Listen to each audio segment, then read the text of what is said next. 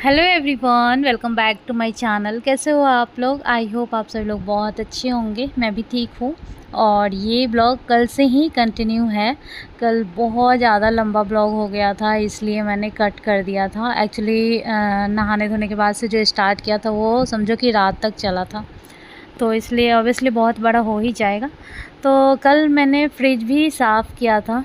बहुत deep cleaning नहीं बोलूँगी, क्योंकि डीप क्लीनिंग में हर एक पार्ट खोल करके हटाओ और हर चीज़ हटाओ, तो उतना टाइम तो मेरे पास था नहीं और टाइम भी ये हो गया था। लेकिन बहुत दिन से आलस हो रहा था, मैं कर नहीं रही थी। फ्रिज हो गया था गंदा, खास करके 2 सेक्शन जिस पे हम लोग दूध वगैरह रखते हैं वो बहुत ज़्यादा गंदा हो गया था।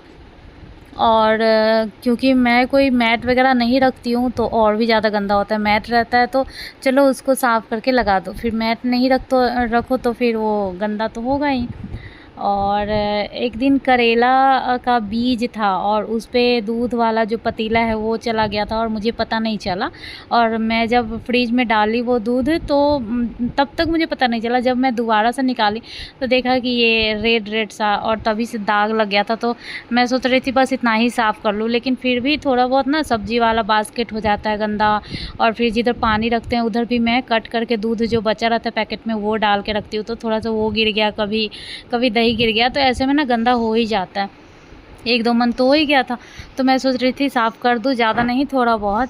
तो थोड़ा बहुत में भी बहुत टाइम लगता है, खैर आप लोगों को तो पता ही होगा।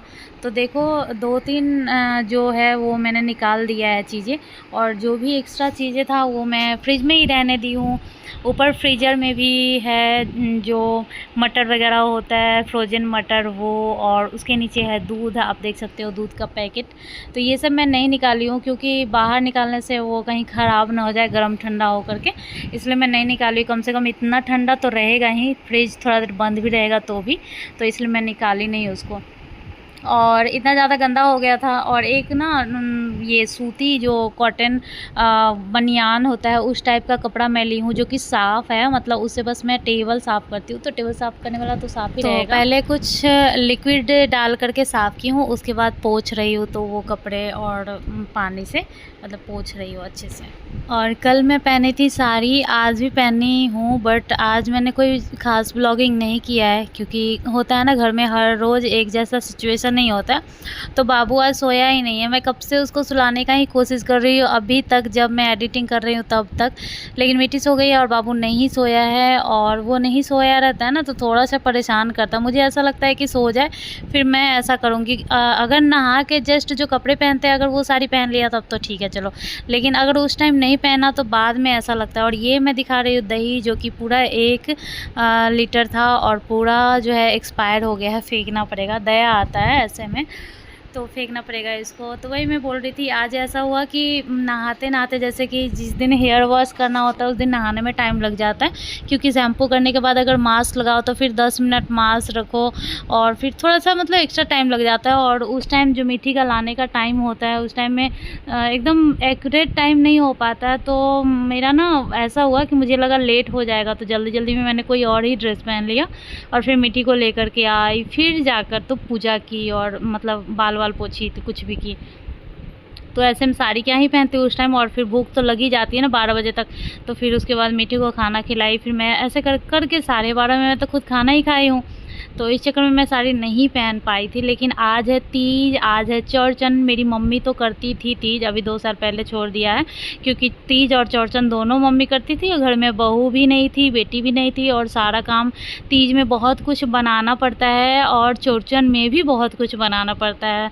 तीज का थोड़ा अलग होता है, चौरचन का अलग होता है। तो मम्मी को बहुत ज़्यादा भारी पड़ जा रहा था। दीदी मेरी खुद जॉब करती है, तो कोई ऐसा हेल्प करने वाला नहीं था, और बूढ़ी हो चुकी है तो इसलिए वो छोड़ दी है।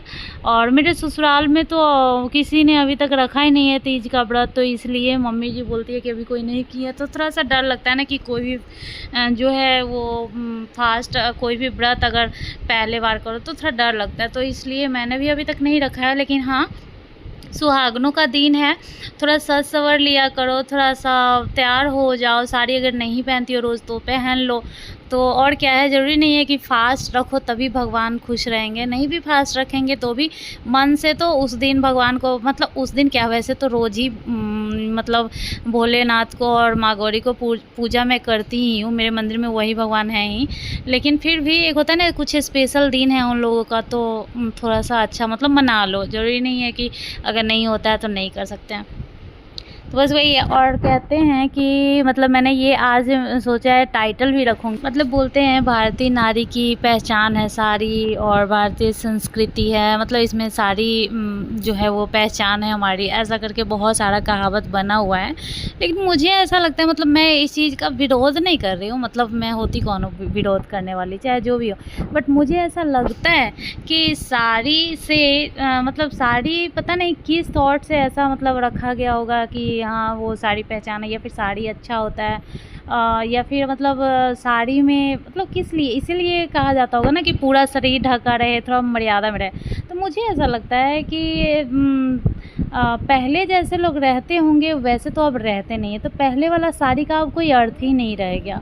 अब साड़ी को भी मजाक बना दिया गया है। वैसे तो आप लोग अगर बॉलीवुड में देखते होंगे तो अब हर ड्रेस को साड़ी से जोड़ दिया गया है कि चलो पल्लू लगा देते हैं तो वो साड़ी हो गया, स्कर्ट है और कुछ भी है उसमें पल्लू लगा दिया तो वो साड़ी का स्टाइल हो गया। मतलब साड़ी का ही मुझे लगता है मजाक बन रहा है।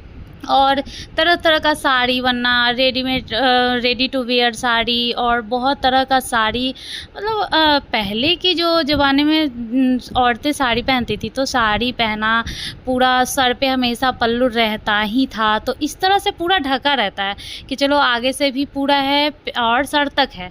तो ये हुआ कि पूरा ढका रहना, यहाँ तक कि अगर सर पे पल्लू रखते हैं तो हाथ वाथ भी काफ़ी हद तक ढक जाता है। लेकिन अब उस टाइम के जैसे तो कोई नहीं पहनती है साड़ी, तो अभी का साड़ी का स्टाइल हो गया है, मैं भी उसमें हूँ। मैं ऐसा नहीं बोलती हूँ कि मैं ऐसे पहनती हूँ पहले के ज़माने जैसे, जैसा अभी चल रहा है। तो कम से कम गाँव में भी पहनते हैं ना, तो साड़ी का सबसे पहले तो ब्लाउज का ही जो गले का भी नाप होता है, तो किसी का भी 12-13 रहता है नाप, 10 रहता है, तो सोचो आधा पीठ ऐसे ही दिख रहा है। उसके बाद ब्लाउज के नीचे भी और थोड़ा सा मतलब कमर के पास पूरा दिख रहा है, आगे से भी इतना लोग 6-6 7-7 वो नाप देते हैं ब्लाउज का, तो उतना मतलब ऐसे ही दिखता है। हाथ वाथ का लोग हाफ मतलब कि बाजू रखने लगे हैं, या फिर छोटा बाजू, मतलब बाजू जो भी हो, तो वो हुआ। पेट ऐसे दिख जाता है, मतलब दिखता ही है। तो मतलब कहाँ से, मुझे ऐसा नहीं लगता है कि हर चीज़ ढका, उससे अच्छा तो है सूट पहन लो। आजकल के सूट में तो पीछे से गला भी बड़ा नहीं रहता है बहुत सारे सूट में, और उससे अच्छा लोअर टी शर्ट पहनो, कम से कम पूरा ढका रहता है। और कुछ भी ये नहीं रहता है कि इधर कर लो तो इधर पल्लू हो जाएगा तो पेट दिख जाएगा, इधर कर लो तो इधर पीठ दिख जाए, ऐसा कुछ भी नहीं रहता। तो मुझे खुद ही शर्म आती है जब मतलब मैं वीडियो में मेरा कभी कभी मतलब पीठ ऐसा दिखते हुए मुझे मतलब थोड़ा सा इनसिक्योर फील होता है। पता नहीं क्यों, आदत नहीं है शायद इस वजह से कि मेरा पीठ दिख रहा है या फिर मेरा पेट दिख रहा है। और लोग तो ऐसे ही घूमते हैं बाज़ार में, ऐसे ही पहनते ही हैं, ऐसे घूमते ही हैं। अगर मैं पहनूंगी तो मैं भी ऐसे ही घूमूंगी। तो वही है, मुझे ऐसा लगता है कि साड़ी से अच्छा सूट ही है जो पंजाब में लोग पहनते हैं या फिर हरियाणा में पहनते हैं, तो मुझे लगता है वही सब सही है। तरह तरह का सूट आता है, बहुत अच्छे अच्छे डिज़ाइन का भी आता है, पूरा फुल बाजू का रहता है, उसका भी दुपट्टा बहुत ज़्यादा सुंदर रहता है जो कि पल्लू रख सकते हैं। तो मुझे लगता है वो सब ज़्यादा अच्छा लगता है। हमारे बिहार में तो साड़ी को ही बहुत ज़्यादा वैल्यू दिया जाता है, साड़ी ही ज़्यादातर लोग पहनते हैं।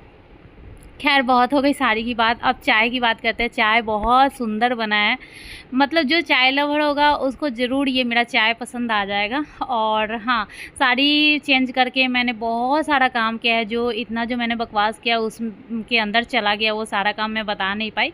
तो मैं वही मतलब मेड रहते हुए भी मुझे रोज़ बर्तन धोना पड़ता है दोपहर में, और साथ ही साथ ये स्लैब वगैरह भी साफ़ करना ही पड़ता है, क्योंकि रोटी बनाने पे जो है वो आटा बहुत ज़्यादा बिखर जाता है, तो मतलब किचन साफ़ करना ही पड़ता है। और बाकी जो कपड़े इधर उधर जो काम है वो तो करना ही है। तो साड़ी पहन के मैं बहुत सारा ऑलरेडी काम कर चुकी थी, थक गई थी मैं ज़्यादा। हस्बैंड भी आ चुके थे, लेकिन हस्बैंड के आने से पहले मैंने साड़ी चेंज कर दिया था। तो साड़ी चेंज करके मैं अपना काम वाम कर रही थी, फिर हस्बैंड आ गए, फिर वो आते ही अपना बाबू को खिलाने लगते हैं, फिर मैं चाय बनाई, और फिर चाय पी करके मुझे वीडियो एडिट भी करना था।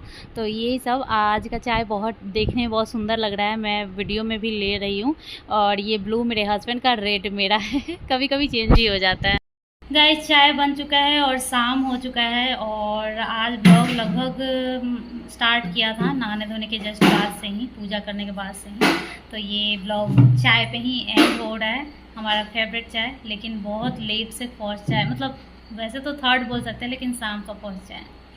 सो मैं ये चाय पीऊँगी, उसके बाद वीडियो को एंड करूँगी और एडिट करूँगी और आप लोगों के लिए अपलोड करूँगी। आप लोग देखना और प्यार देना, कमेंट करना, लाइक करना। चलिए मिलते हैं नेक्स्ट ब्लॉग में। इसलिए बाय, टेक केयर।